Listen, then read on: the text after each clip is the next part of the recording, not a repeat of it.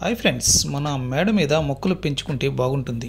అలాగే ఆ మొక్కలపైన అప్పుడప్పుడు పక్షులు, చేతాకొక్సిలు లాంటివి తిరుగుతూ ఉంటే చూడడానికి బాగుంటుంది.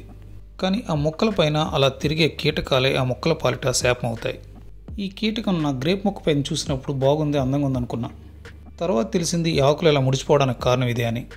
ఈ ఒక్క గ్రేప్ మొక్కకే కాదు, మన మేడ మీద వేసిన చాలా మొక్కలకి ఇలాంటి కీటకాలే ఆకుల మీద గుడ్లు పెడతాయి. మనం మేడ మీద పెంచుకున్న అందమైన మొక్కలకి ఇలాంటి ప్రాబ్లం వచ్చేటప్పుడు సాల్వ్ చేయడానికి ఒకటే మందు. ఆకుముడత తెగిలొచ్చిన ఈ మొక్క ఇలా 2 వారాల్లో ఎలా మారిందంటే, ఎలాంటి పురుగు మందులు వాడకుండా మన ఇంట్లో దొరికిన వాటితోనే మందు తయారు చేసుకోవచ్చు.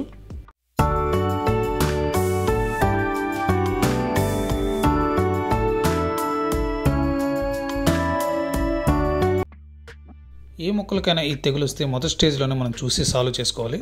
అదే థర్డ్ స్టేజ్కి వెళ్తే మొక్క పీకి పడేయడమే తప్ప చేసేదేమీ లేదు. నేను ఈ ప్రాబ్లానికి 2 రకాలుగా మందులు తయారు చేశాను. ఒకటేమో